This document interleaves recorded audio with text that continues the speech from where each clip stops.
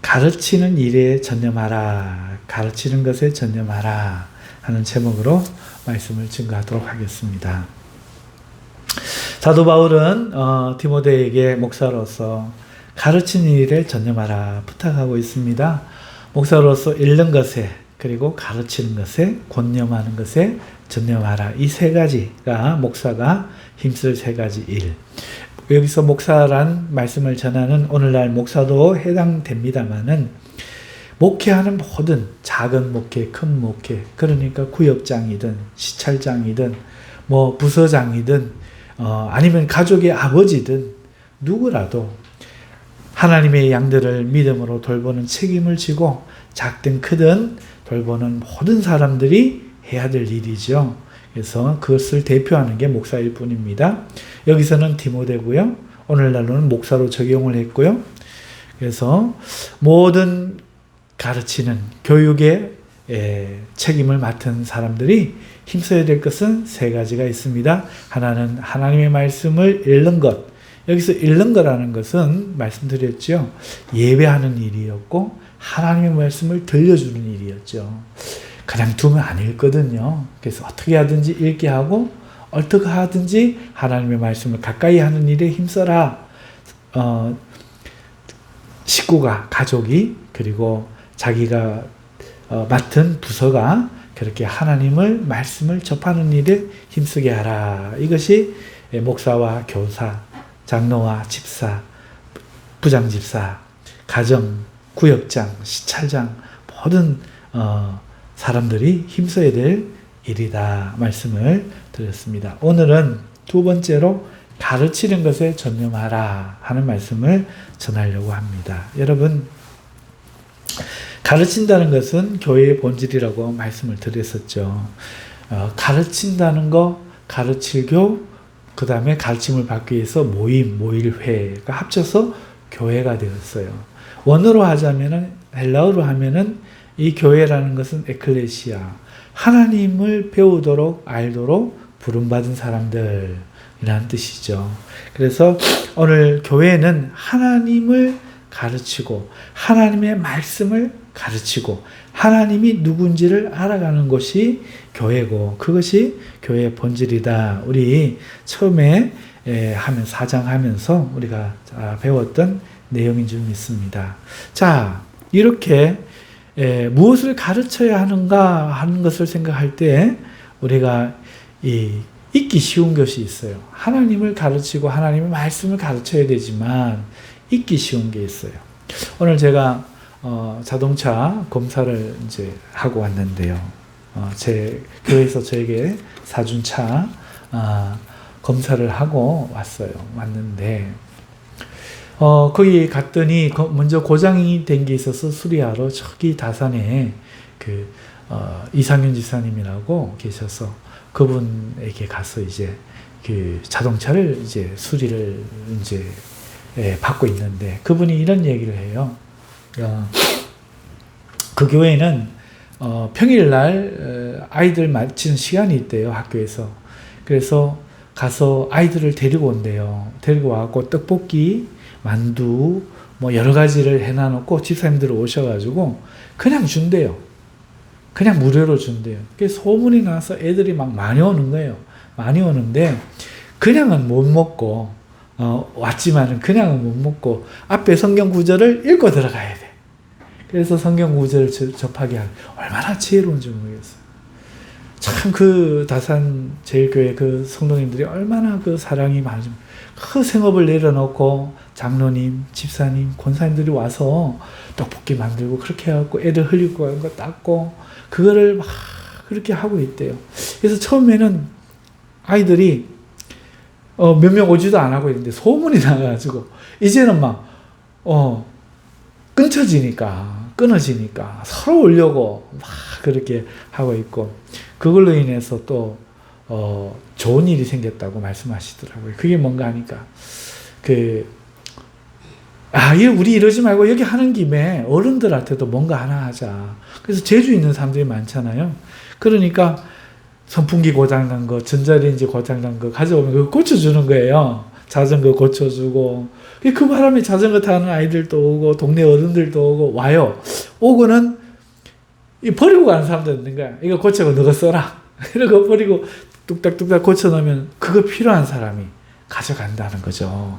가져가면서 교회가 소문이 나고, 야, 참, 너무너무 아름답고 너무너무 좋은 얘기인 것 같아요. 그런데 그 집사님이 그 좋은 이야기 가운데 한 이야기가 제 마음을 아프게 했어요. 그 얘기가 뭔가 하면은 이런 얘기였어요.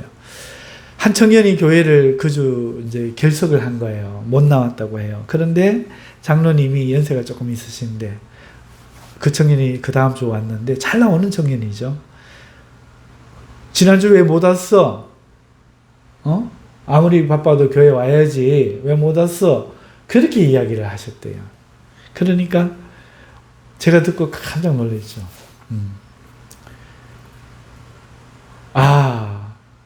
정말 놀랐어요. 그 집사님 이야기를 하는데 그게 느껴지는 거예요. 그러니까 그 집사님 이야기는 그런 거예요. 지난주에 오고 싶었을 텐데 무슨 일이 있어서 네가 교회마저 못 왔을까? 이 걱정하는 마음이 뭔지 아니냐? 무슨 일이 있었어? 지난주 안 보기에 걱정했어. 이렇게 말을 해주는 게 맞지 않느냐? 사랑이 먼저인데 왜 지난주 왜 못 왔어? 왜 이 말이 먼저 나왔을까? 그걸 사랑이라고. 그렇게 아마 장로님은 하셨을 수 있지만 참으로 이게 거리가 멀다. 그래서 예수님에 대해서 가르치고 하나님에 대해서 가르치고 구원에 대해서 가르치고 해야 되지만 저 새로운 사람도 배워야 되지만 기존의 장로님과 같이 이제 돌아가시기에 앞선 분도 우리 아버지의 마음을, 하나님의 마음을, 예수님의 마음을 배워야 하지 않겠는가.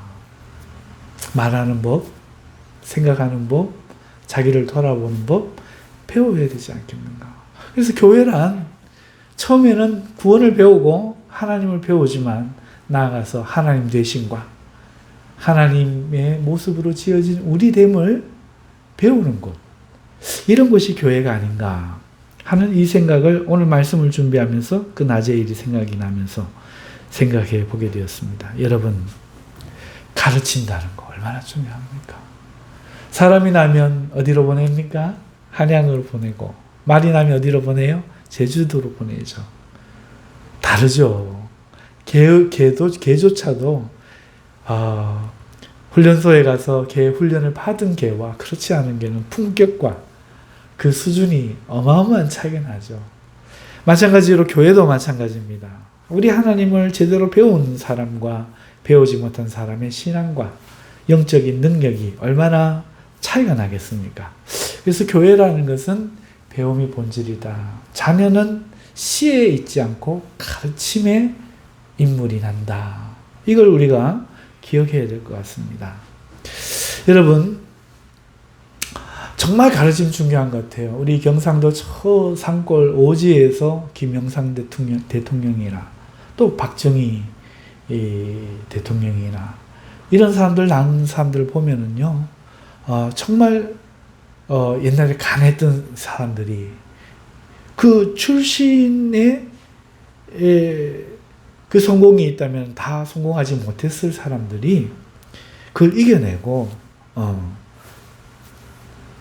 성공을 하고 삼성도 마찬가지고 기업도 마찬가지고 그렇게 되었잖아요. 그 누군가가 그 사람 속에 어느 한순간 영향을 주었단 말이죠. 선생님이 되었던 멘토가 되었던 누구든 영향을 주고 그 사람을 자기의 삶에 그 가두고 있는 그 울타리, 보이지 않는 울타리를 뚫고 넘어가도록 교훈을 준 인도를 한 어떤 사람이 있다는 거죠. 여러분, 가르침이란 게 뭘까요? 여러분, 우리가 생각을 해봐야 돼요. 교회는 가르치는 곳인데 우리는 이 복음, 구원만 생각하지 말고 이 가르침이 뭘까? 여러분, 가르침의 반대말이 뭐죠? 가르침의 반대말, 배움. 가르치는 사람이 있으면 배우는 사람이 있죠? 가르침의 반대말은 배움인데요. 여러분, 배움을 먼저 한번 생각해 볼까요? 배움은 모든 생물에게, 동물에게 나타나는 필수적인 생존 지식입니다. 그냥 배우지 않죠. 이거 먹으면 죽어, 이거 먹으면 아야해, 빨갛고 알록달록한 거 한 번 잘못 잡아 먹으면 큰일 나. 동물들도 배우거든요. 네. 남들이 키 크고 있을 때 나 키 안 크고 있으면 나중에 죽어. 식물들도 배우거든요. 경쟁하고 배우고 한번 고생한 거는 DNA 남겨서 자식들이, 후손들이 같은 일을 본능적으로 깨달을 수 있도록 DNA 남기는 게 생물, 동물 아닙니까? 여러분, 이 배움은요, 정말 생존에 필요한 지적 요소고, 지적 현상이고, 이 배움이 다 있다는 거예요. 어느 생물 세계나 사회나 다 있다는 거죠. 안 배우고는 되지 않는다는 거예요. 사람만 교육이 있는 줄 알았더니, 여러분, 우리가 본능이라고 말하는 거요, 먹는 것도요. 어떤 개는 생선을 좋아하지만 어떤 개는 생선을 안 좋아합니다. 어떤 개는 사료를 좋아하지만 밥을 안 먹어요. 어떤 개는 밥은 잘 먹지만 게사료를 주면 안 먹는 개가 있죠. 왜 그렇습니까? 그것도 익혀서 그런 거죠. 배워서. 이거는 내가 먹고 좋은 거야. 그래서 사람도 그렇고 동물도 그렇고 먹는 것조차도 훈련된다는 거죠. 가장 동물인데. 여러분, 본능이지만 마찬가지고,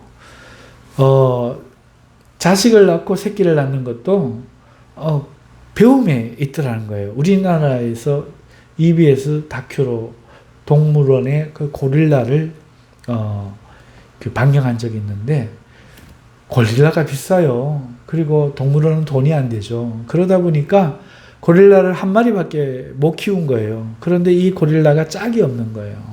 나중에 짝을 이제 들여왔어요. 이제 암컷을 들여왔죠.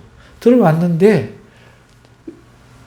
시간이 되면 자연이 될 줄 알았는데 놀랍게도 짝짓기가 안 되는 거예요. 이것도 배운 거라는 거죠. 여러분, 하물며 사람이 사람답게 사는 것, 신앙인이 신앙답게 생각하는 것, 교회에만 데리고 와 있으면, 예수님 잘 믿어라 말만 하면 저절로 될까요? 그렇지 않죠. 여러분, 그래서 가르치는 게 있어야 배우는 게 있지만, 이 배움은 반드시 가르쳐야 된다. 가르쳐야 된다. 안 배우면 죽는다. 도태된다. 경쟁에서 처진다. 우리가 반드시 명심해야 된다는 거죠. 배우게 해야 된다. 부모가 된 사람, 동물도 그런데, 동물도 사냥하는 것을 가르치지 않습니까? 먹을 것을 잡아갖고 그걸 마지막 숨통을 끊게 하는 훈련을 시키고, 사냥하는 훈련을 시켜야 잡을 수 있더라는 거죠. 여러분, 그래서 이 가르침의 반대는 배움인데, 배움의 반대는 가르침인데, 이것은 하나라는 거예요. 안 가르치는 배움이 없고, 배우지 않는데 가르칠 수가 없다는 거죠. 하지만 우리가 이 배움을 자연을 통해서 먼저 생각해 볼 때, 배움은 사랑으로 정리할 수 있더라 하는 겁니다. 내 새끼가 뭘 먹어야 되는지, 뭘 잘못 먹으면 죽게 되는지를 부모가 그걸로 가르치더라는 거죠.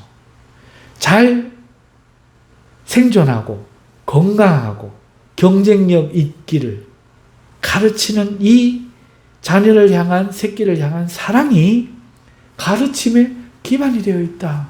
그러니 아까 그 장로님도 이걸 깨달았더라면 그 청년에게 무슨 일이 있었냐고, 네가 잘 되기를 원한다고 먼저 축복의 마음으로 물어보는 그 배움이 그에게 있었더라면 아마 그렇게 했겠죠. 그래서 오늘 우리는 이런 가르침, 이런 배움에 교회가 더 신경을 써야 되고, 가르침의 바탕은 생육하고 번성하고 충만하기를 원하는 하나님이 주신 사랑이 기반이 되어 있음을 먼저 잊지 말아야 되겠다. 이것을 우리가 생각해야 되겠습니다. 자녀에 대한 가정교육도 마찬가지죠. 단순히 지식을 전하는 게 아니죠. 오늘날 우리 그 학교 교육이 우리에게 들여온 병폐, 폐단이 뭡니까? 어떤 개념이나 지식이나 기술, 삶에 필요한 것들을 가르치는 것으로 교육을 제한시켜 버렸다는 거죠. 생존에 도움이 되게 하는 것이 아니라 지식과 정보의 전달을 해서 다른 사람과 비교해서 우위에서는 그것만을 훈련을 시켜놨으니 그것도 12년 아닙니까? 초등학교 6년, 중고등학교 6년, 12년, 거기다 대학교까지 16년 이렇게 교육을 시켜놓으면 그 사람이 할 줄 아는 게 뭐겠어요? 남 틀린 거 까발리고 내 잘난 거 내세우고 자기 변호하고 싸우고 그거는 생존이 아니다. 더불어 함께 살아가고 더불어 승리하는 그런 생존의 사랑의 지식이 아니라는 거죠. 이게 폐단이에요.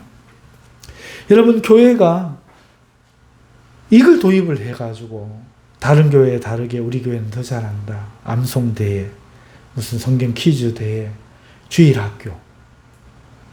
그러니까 어려서는 재밌는 얘기를 듣기 위해서 교회에 오고 노니까 교회에 왔던 아이들이 중학교 가면은 반이 떨어지고 고등학교 가면 반이 떨어지고 대학 들어갈 때 지금 다 떨어진다는 거예요. 한 20명, 30명 남는다는 거예요. 5,000명 다니는 교회에 아이들 이야기예요. 실제 제가 교회 이름을 언급 못해서 그렇지 제가 교사로 있었던 지금은 10,000명 교회가 가던데 대구에 있는 어떤 교회의 이야기입니다. 여러분 그래서 만약에 그 교회에 어릴 때부터 하나님 앞에 어떻게 하면 우리가 영적 생명을 얻고 어떻게 하면 영적으로 건강해지고 축복을 얻어내며 나쁜 걸 피하고 더불어 함께 힘을 모아서 잘 살아갈 수 있을까? 사랑의 생존의 사랑의 바탕이 된 이 가르침을 주었더라면 그 아이들이 과연 떨어졌을까? 그리고 그렇게 했더라면 이 아이들이 자라서 선생님이 돼서 그 후대를 길러내지 않았을까? 이런 생각이 드는 것이죠. 그래서 교회의 가르침은 바로 이러한 원리임을 우리가 정말 다시 한번 이 시간에 자각하는 일이 필요하다 싶습니다. 물론 우리는 복음을 가르쳐야 되죠. 교리를 가르쳐야 됩니다. 하나님 백성이 올바른 삶을 가르쳐야 되죠. 기도와 믿음과 봉사와 전도를 가르쳐야죠. 그 외에도 가르칠 게 얼마나 많습니까? 많은 그 본질이 사랑에 있다. 이걸 우리가 먼저 내가 너희를 가르치는 것은 사랑이라는 것을 먼저 배우도록 함에 우리의 이 교육의 가르침에 본질이 있다 하는 것을 이 시간에 우리가 참 인식하는 시간 되었으면 좋겠습니다. 아울러 우리가 예수님을 잠깐 생각해 보죠. 예수님은 뭘 가르쳤나요? 예수님은 하나님의 나라를 가르쳤습니다. 하나님의 나라. 세상의 나라에서 돈 벌고 잘 먹고 잘 사는 것을 가르치지 않으시고 하나님 나라를 가르치고 하나님이 누구신지를 가르쳤죠. 아버지시라고 가르쳤습니다. 하나님이 일하시니 나도 일한다고 일하시는 하나님을 가르쳤죠. 용서하시고 구원하시기 원하는 그 하나님, 구약의 그 백성들을 버리지 않으시고 미워하지 않으시고 실망하지 않으시고 사랑하여 아들을 보내 구원하기 원하시는 그 아버지의 마음이 나다. 이렇게 가르치셨죠. 하나님이 오늘도 하나님의 나라를 실패하지 않으시고 겨자씨 같은 작은 것이라도 반드시 공중의 새가 깃드는 그런 나라로 키우시는 그런 생명을 주기 원하시는 하나님이시다. 가르치셨죠. 그리고 그 예수님은 제자들의 발을 씻기셨죠. 그리고 아까 비난하지 않는 그 가르침에 대해서 이야기했듯이 생명을 얻어야 될 자, 곧 현장에서 가늠하다 잡힌 그 여자도 자기의 죄를 사함받아야 되잖아요.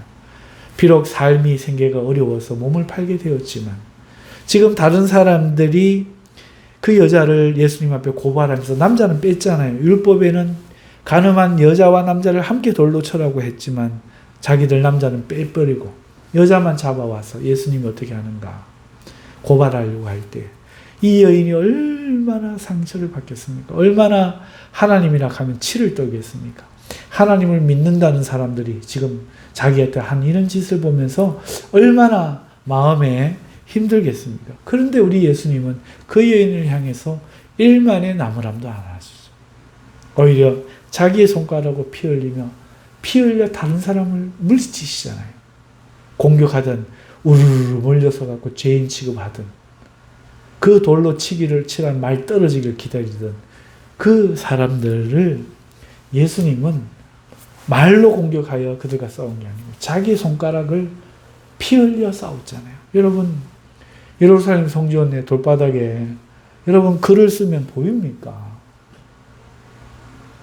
예를 들어서 여기서 가늠한 사람 이름 쭉 적으면 김아무개, 박아무개 이렇게 적으면 보입니까? 안 보이죠. 어떻게 해야 보여요? 시계 문질러서 손가락이 까져야 피가 나야 글자가 보인단 말이에요. 사람 이름을 썼다고 하는 어떤 학자가 있어요. 죄 없는 자가 쳐라 할 때 양심이 찔리는 사람들이 다 가버리는 거죠. 예수님은 그 여인에게 말합니다. 나도 너를 정죄하지 아니하노니 가서 다시는 죄를 짓지 말아라.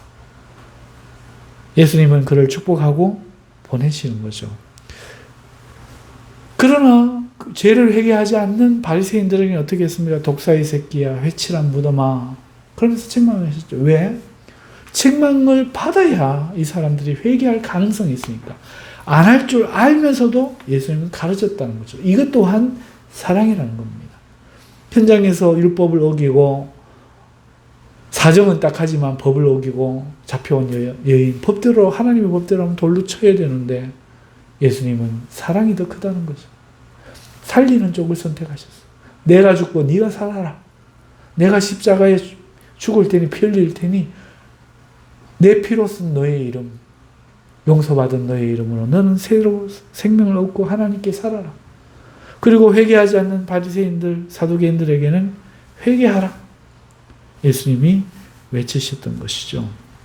그래서 이 가르침의 모델이 최고의 모델은 우리 예수님이라 저는 믿습니다.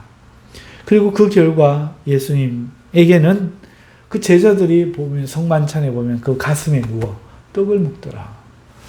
여러분, 남자가 남자 가슴을 베고 눕는다는 것은 쉬운 일이 아닙니다.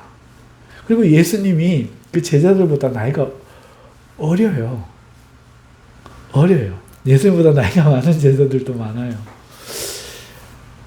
그런데 예수님을 선생님으로 사랑하고 그 가슴을 기대어 눕고 한다는 것은 그를 얼마나 사랑하고 있는지, 그리고 그것은 의식으로 되는 게 아니잖아요. 본능적으로 되는 것입니다. 그래서 오늘 우리 교회에, 오늘 이 시대 교회에 무엇이 필요할까?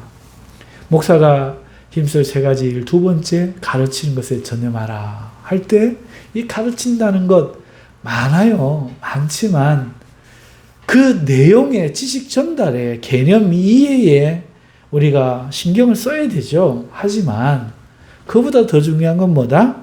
사랑이다. 생존이다. 강건하기를 바라는 좋은 마음, 호감이요. 호의요. 그리고 축복이다.